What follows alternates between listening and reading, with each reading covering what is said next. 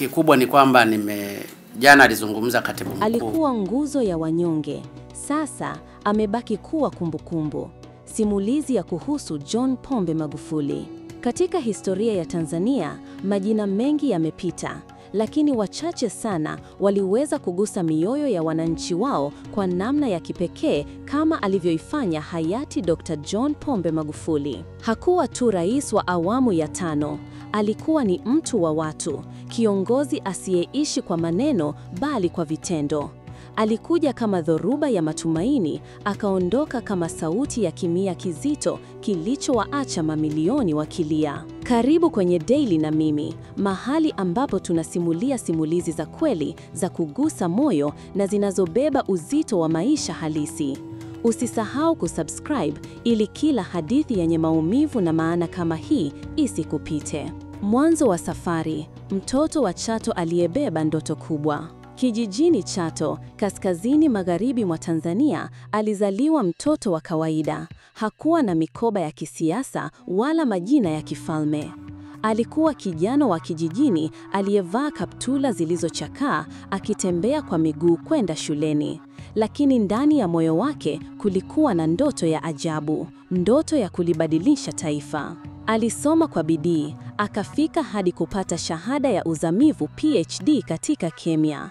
Hakusomea umaarufu, alijifunza kujenga nchi, kujenga nidhamu na kujenga moyo wa uzalendo. Tafadhali usisahau kusubscribe ili kila hadithi yenye maumivu na maana kama hii isikupite. Magufuli kabla ya urais, mtendaji asiyependa kelele. Wengi walimjua akiwa rais, lakini wachache sana wanamkumbuka kama mtumishi wa kawaida.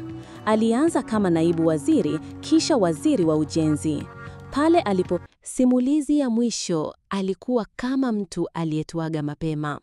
Katika hotuba zake za mwisho, alizungumza sana kuhusu maisha ya baadaye. Mara kwa mara, alisisitiza umuhimu wa kumcha Mungu, kujiandaa kwa safari ya mwisho na kuwa na hofu ya Mungu katika utumishi wa umma. Maisha ni mafupi, tutapita tu, tufanye kazi zetu kwa bidii, lakini tukumbuke mwisho wetu. Magufuli. Ni kana kwamba alijua, alihisi na alituaga kwa lugha ya kazi.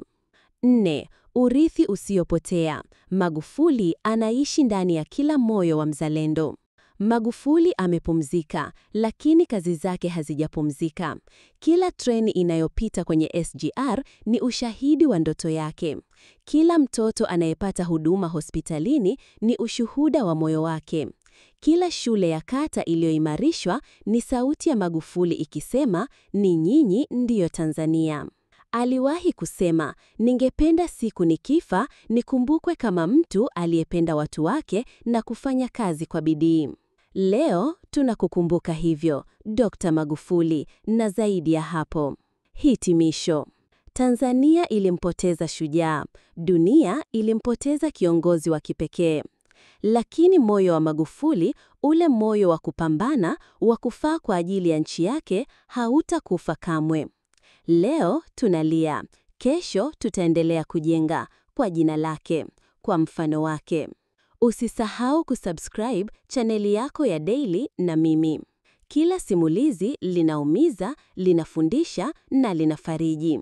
Gusa kengele ili kila simulizi lenye uzito huu likufikie. Mwandaaji wa makala hii ni Ali Kasim Ali.